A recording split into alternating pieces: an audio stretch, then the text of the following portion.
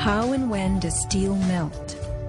Steel melts at temperatures of 2750 degrees Fahrenheit and above, attained only in a blast furnace or when a powerful incendiary such as thermite is used. Steel or any substance that is burned will never become hotter than the temperature of the fire or heat applied to it. An open-air hydrocarbon fire reaches a maximal temperature of some 1200 degrees Fahrenheit in a dirty or uncontrolled burn, characterized by red-orange flames. Red-orange flames are what we saw on September 11th. Even the fireball caused by the plane strike was red-orange.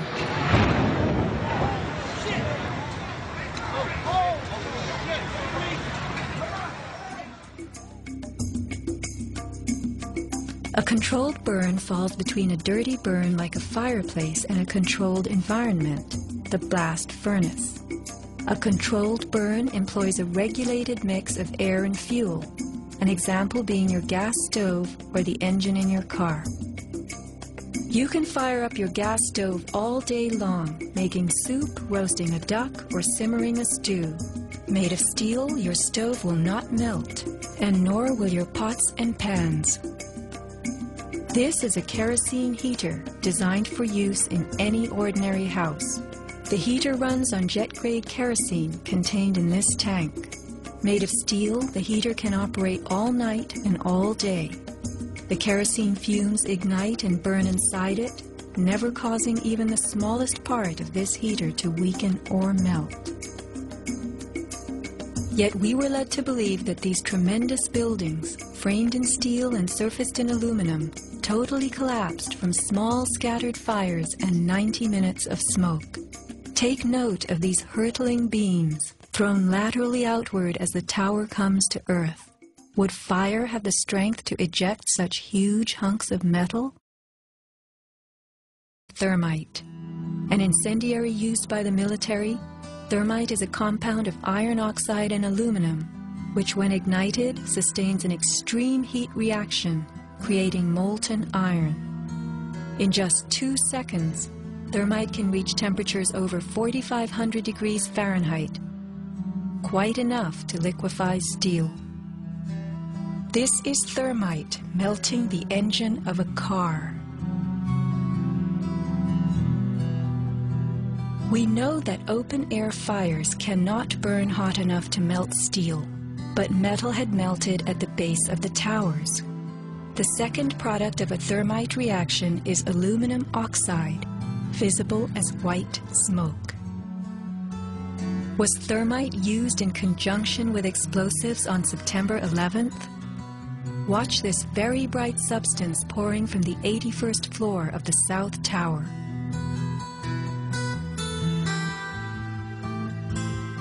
And white smoke appeared at the base of the building.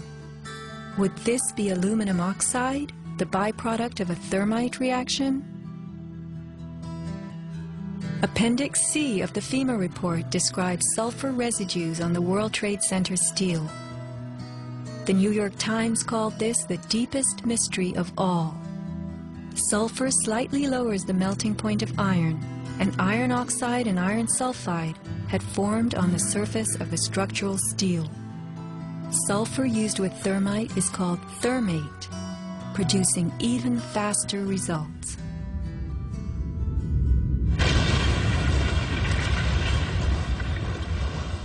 Let's look at what happens in the demolition industry.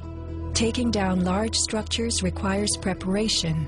Powerful explosives and heavy equipment are used in advance to weaken the foundation and bottom sections of a building before additional explosives and gravity bring the rest of it down. The words of a senior blaster. We blow the basement, all the columns in the basement. Then we crack it up at the top to get it started. We go every other floor all the way down. Every explosive has a timer on it. That's why it's controlled. When the columns go, each floor goes down and impacts the one below and keeps going. Here's what demolition experts use in steel-framed buildings: the linear shaped charge.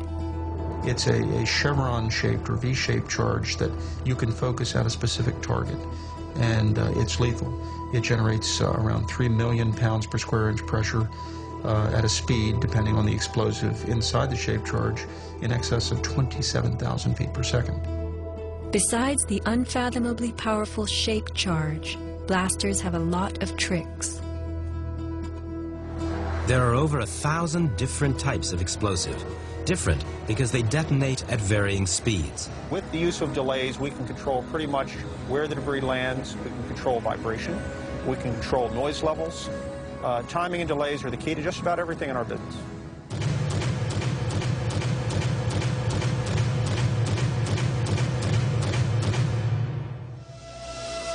And what is the result? The thing that pleases me is the fragmentation and the control. One to take a building and break it up into millions of pieces and put it in this basement as artfully as we do it, and it works just like clockwork. So we've got it all down to a science. It gives me goosebumps to talk about it. These core columns were discovered after the collapse. The angled cut occurs in exactly the manner that shaped charges slice through steel beams to control the way they fall. Notice the hardened once-liquid metal. Was thermite used with the shaped charge? The job of the shaped charge is to cut steel H-beams. The way we do this is by cutting the beam at an angle, which, through a series of beams cut at the same angle, will tend to make the building shift over and walk. Let's look at the rubble of two 110-story buildings brought to the ground. In a 7-story crater lie nearly 2 million tons of debris. Had the basements not been blown out, where would 2 million tons have gone? Heaped on the ground, ready to slide and spill? The art of controlled demolition.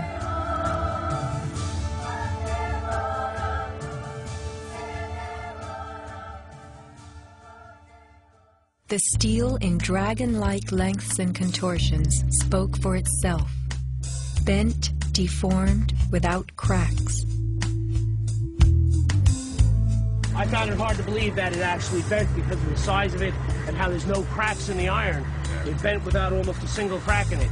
It takes thousands of degrees to bend steel like this. Typically you'd have buckling and tearing on the tension side, but there's no buckling at all.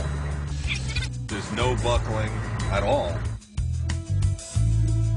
Here is the meteorite, molten iron fused with concrete. And architects, engineers, people who work with steel, welders have just never seen the level of destruction and the level of deformation of this material in our lives. It is true that heat expands steel. In a fire, steel members may swell and bend slightly.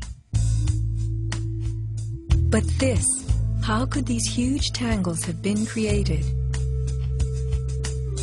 The steel below the towers had melted at many thousands of degrees.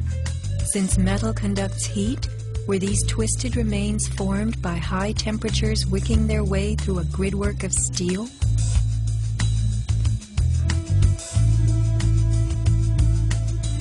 Explosives also deform steel. As they fire, gas pushes outward.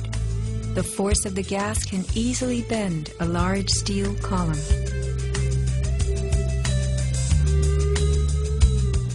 Two kinds of debris, huge shattered columns that could break a truck, combined with matter that was near pulverized. You have two 110-story office buildings. You don't find a desk. You don't find a chair. You don't find a telephone, a computer. The biggest piece of a telephone I found was half of the keypad, and it was about this big.